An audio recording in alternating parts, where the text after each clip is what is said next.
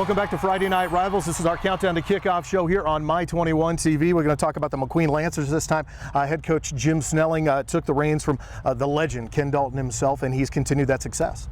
Yeah, he has. The thing about Jim Snelling is he's a gentleman, and like other coaches, watch their players and protect them. Snelling, I think, sometimes is maybe a little overly protective.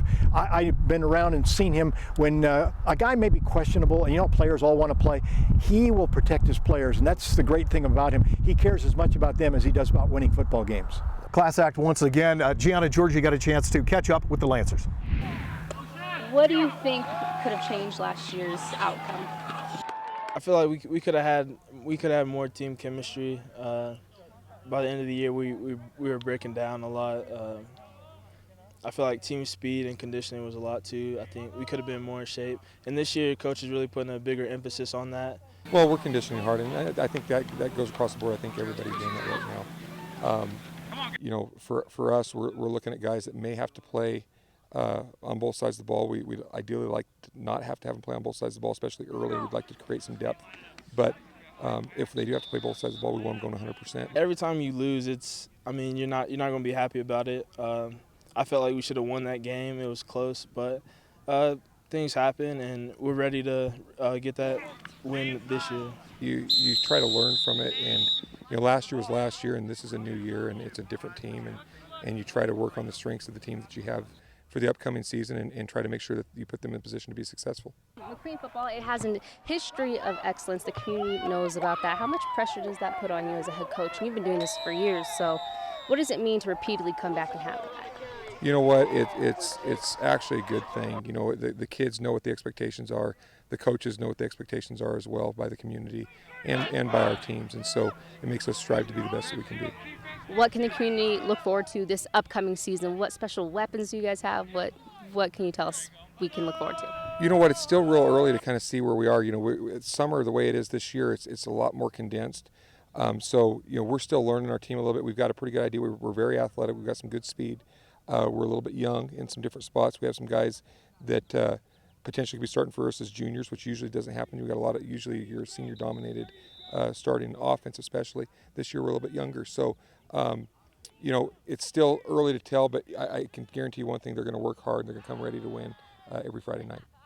So Lancers 6-4 last season, 4-1 in league play. One of those losses over the hill. They played Nevada Union, a tough team out of Northern California. What do we expect out of McQueen this year? Well, they're going to be a team that's relatively young. They have skilled people. The question for McQueen is going to be their offensive line. That's the thing that we were talking earlier about teams building their team around the offensive line. They're thin there. Talking to Jim Snelling, he said, if we can keep people healthy, we'll be competitive. If they have an unlucky year where people are going down and frequently injured, it's going to be a long season for McQueen. They have some talent, but they've got to keep them on the field. I still think McQueen has that allure of, when you walk out onto the field, it almost feels like they've still got 7 points on you. Is that still, you think, the case, Joe? Oh, most certainly, most certainly. There's only one school that really has taken that to another level, and that's Reed High School. Mm-hmm. But all the other schools still have to give respect to McQueen, and they deserve it. The tradition is there, and that's what makes this program a dangerous program, is that they have that tradition and they want to get back to where they feel they should be. Lost to DeMonte Ranch last year in the quarterfinals, 31-28, fabulous facility up there, and great fan support. And one of the kids I really want to see play this year and see him develop is Ricky Thomas Jr. He's a linebacker who really might end up turning into a safety. He's just an athlete, and he's the son of Ricky Thomas Sr., who is a defensive backs coach at the University of Nevada. He has committed to the Wolfpack, and we got a chance to catch up with Ricky. He comes into the 2014-2015 season as a 6'2", 210-pound senior linebacker for the McQueen Lancers. Ricky Thomas Jr. has been mentioned as one of the top linebackers in the state of Nevada, and Thomas is ready to live up to the title. I feel like I've put in the work to be in that group of linebackers.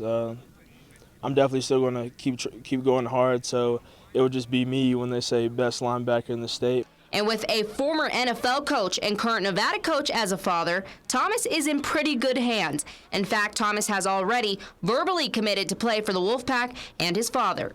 Him being there, it didn't affect my decision, and it doesn't affect it now. Either way, he's going to coach me. Even if you're somewhere else, he'll watch my games and give me pointers. So now that he's there, he'll do the same thing. After recording 54 tackles, 11 sacks, and 1 interception last season, Ricky Thomas has gained attention from a number of different schools. But does any other school have what it takes to change Ricky Thomas's mind? No, other schools, they can try and they can talk to me and I'll listen, but I will be at Nevada next year. But he's not there just yet, and the McQueen Lancers are looking to Thomas to help have a successful season. You know, we're looking obviously for his playmaking ability, both offensively and defensively, but we're also looking for a toughness and a leadership role out of him that the other kids can rally to. I feel like leadership it's a quality that's underrated, but if you see my game and if you see how I communicate with my teammates, I really try to earn respect from everyone. With his eyes set on the finals in Las Vegas, Thomas has 2 final messages. To the community, I think they should expect a great team, and I hope everyone comes out and watches us. To other teams, just get ready. So it'll be interesting to see what Brian Polian does with him. We've seen Coach Polian turn quarterbacks into safeties. Maybe Ricky Thomas. Do you make him a big linebacker, a big safety, or do you let him go? You said you think they'll turn him loose. I think Jim Snelling will turn him loose, let him freelance a little bit, cause havoc, because their defense will need that. They don't have big guys in the offensive line. They're going to have a disruptor, and I think Ricky Thomas may well be their disruptor. That's the one thing you see on film with him is the kid can run. He's got great instincts. He just wants to get to the football. Coming up next on Friday Night Rivals, our kickoff edition, we're going to talk with a man who has won a state title here in the state of Nevada, Dan Evansino and the Reno Huskies. Coming up next.